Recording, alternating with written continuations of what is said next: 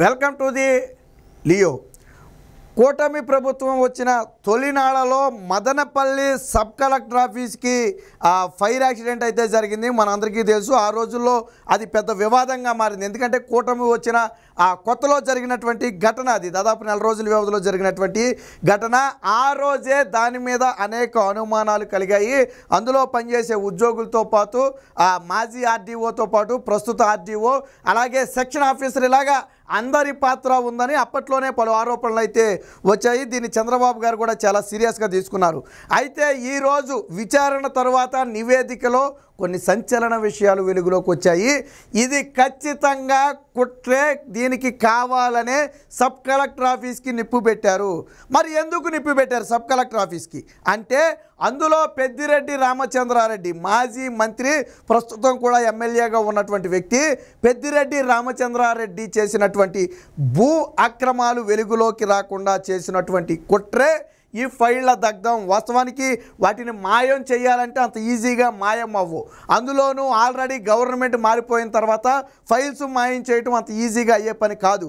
కాబట్టి ఉన్న ఒకే ఒక ఆప్షన్ ఏంటంటే, ఫైర్ యాక్సిడెంట్ పేరుతో సబ్ కలెక్టర్ ఆఫీస్ మొత్తాన్ని కూడా తగలబెట్టేస్తే ఆధారాలన్నీ కూడా చెరిపోయొచ్చని ఒక భారీ కుట్రకైతే తెరదీశారు.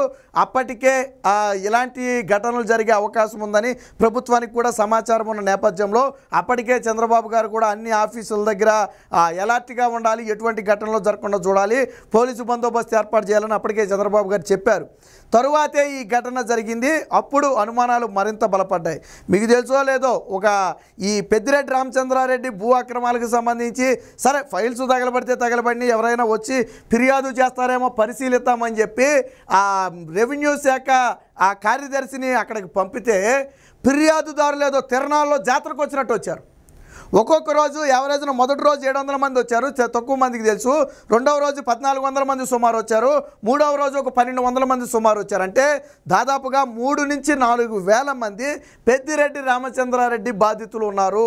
అందులో స్వయంగా పెద్దిరెడ్డి పేరే ఒక 50 నుంచి 100 మంది చెప్పుంటారట. మిగిలిన వాళ్ళందరూ కూడా పెద్దిరెడ్డి అనుచరుల పేర్లు చెప్పిన వాళ్ళు.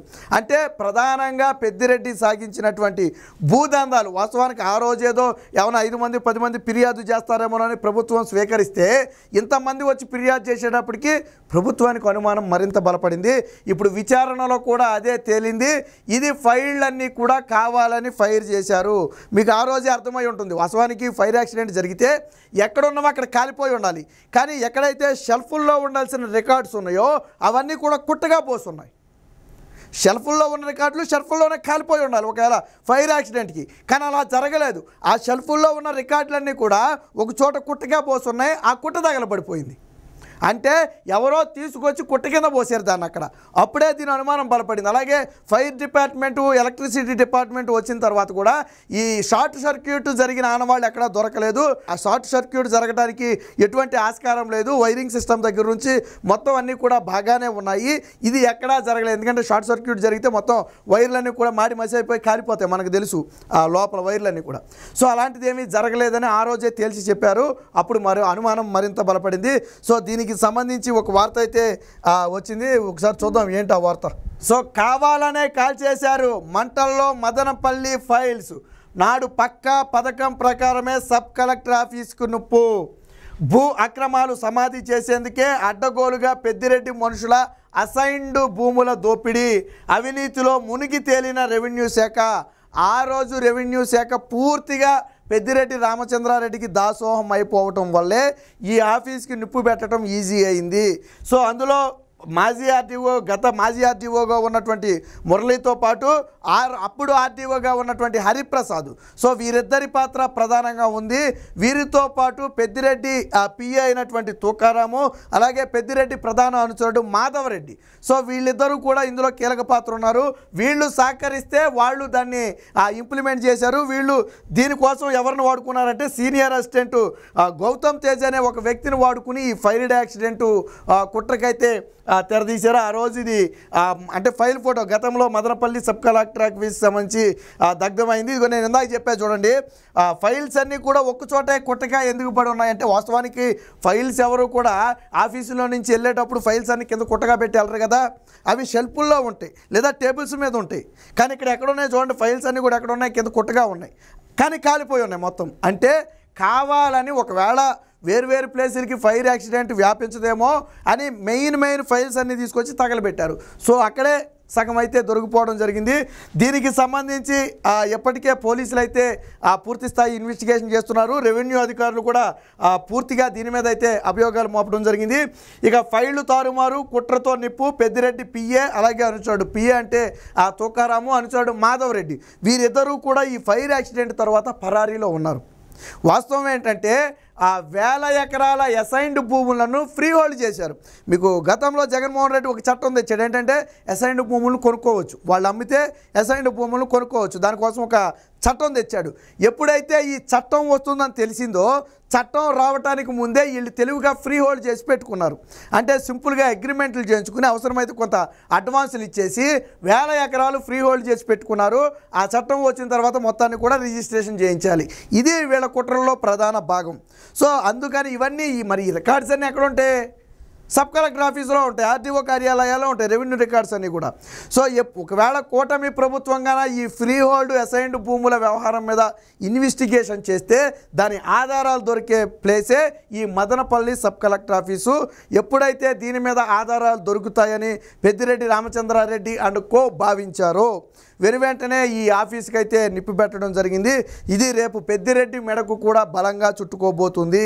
పెద్దిరెడ్డి పిఏ తుకారాము అలాగే ప్రధాన అనుచరుడు మాధవరెడ్డి పాత్ర ఉన్నట్టుగా పోలీసులు ఇప్పటికే కొన్ని ప్రాథమిక ఆధారాలను కూడా సేకరించడం అయితే జరిగింది.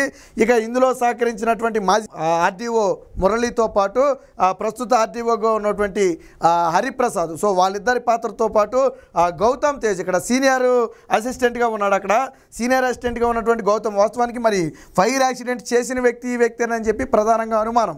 అందులోనూ అనుమానాస్పదంగా కొంతమంది కదలటం, మాజీ ఆర్డీఓ కరెక్ట్గా ఈ ఫైర్ యాక్సిడెంట్కి ముందు రోజే అక్కడికి చేరుకోవటం, ఆయన వేరొక చోటు ఉంటే ఆ టయానికి అక్కడికి రావటం, ఇవన్నీ కూడా కోఇన్సిడెంట్గా జరిగినవి కాదు, ప్రీ ప్లాన్డ్గా జరిగినవే. పెద్దిరెడ్డి రామచంద్రారెడ్డిని ఆ కుటుంబాన్ని ఆ అవినీతి అంటే ఏదైతే భూముల స్వాధీనం ఉందో దాని నుంచి బయటపడేయటం కోసం పన్నినటువంటి కుట్రే ఈ మదనపల్లి సబ్ కలెక్టర్ ఆఫీస్కు ఫైర్ యాక్సిడెంట్. ఇది రాష్ట్ర వ్యాప్తంగా పెను సంచలనం సృష్టించింది. ఖచ్చితంగా దీన్ని అంత ఈజీగా వదిలిపెట్టకూడదని చంద్రబాబు గారు అప్పటికప్పుడు డీజీపీని కానివ్వండి, సిఎస్ని కానివ్వండి స్పెషల్ ఫ్లైట్ వేసుకుని Madanapalle sub collector office files తగలబడిన ప్లేస్కి అయితే వెంటనే వెళ్ళడం జరిగింది. అలాగే అప్పుడే క్లూస్ టీమ్స్ ద్వారా పూర్తి ఆధారాలు సేకరించడం కూడా జరిగింది. నిందితుల్ని అదుపులోకి తీసుకుని ప్రశ్నించిన తర్వాత మరిన్ని ఆధారాలు వచ్చే అవకాశం ఉంది.